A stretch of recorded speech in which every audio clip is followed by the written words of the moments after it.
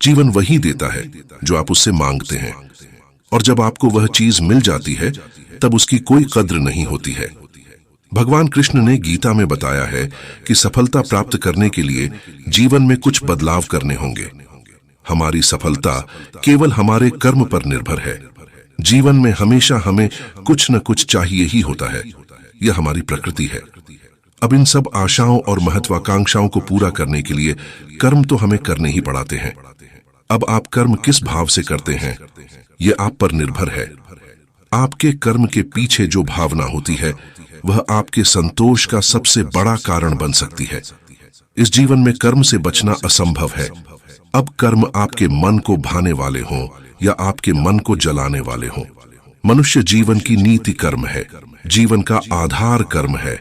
अगर आप मोह में बंधकर कर्म करने से मना कर देंगे तो परिस्थितियां ऐसी हो जाएंगी कि वे आपसे वही कर्म करा कर रहेंगी।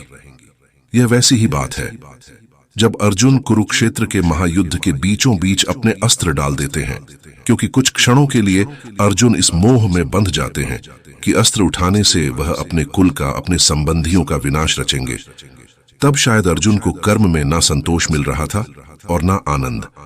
इस अवस्था में भगवान श्री कृष्ण पाठ को बताते हैं कि अगर हम कर्म से मुंह मोड़ लेंगे तो इसका अर्थ यह नहीं कि हम वह करने से बच जाएंगे। कर्म से आप केवल तब बच सकते हैं जब आप उसको करके उसे पूरा करें। अब यह आप पर है कि आप अपने कर्म को धर्म समझकर करें या बोझ समझकर। आपके कर्म को आप कौन सी भावना से करते हैं वह पूर्ण रूप से आप पर है, लेकिन करना तो पड़ेगा इस तरह या उस तरह।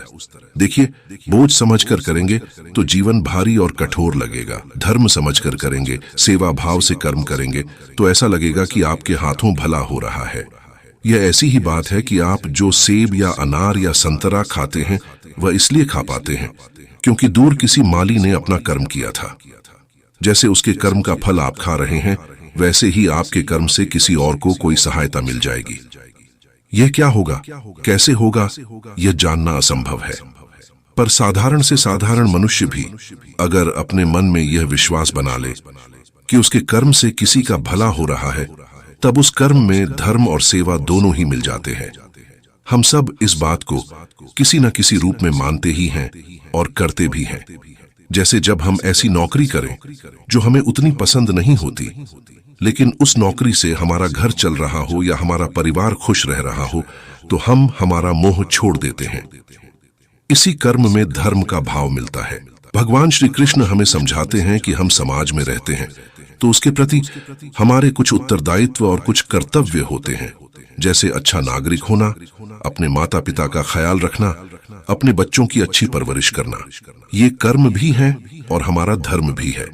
इसलिए अगर मन इस विचार से डगमगा उठा है कि आप यह सब कैसे करेंगे, तो ऐसे नकारात्मक विचार छोड़ दीजिए। इसकी जगह पर यह विश्वास रखिए कि अगर इस कर्म का उत्तरदायित्व भगवान ने दिया है तो उसको करने की सामर्थ्य और धैर्य भी भगवान ने आपको दिया ही है।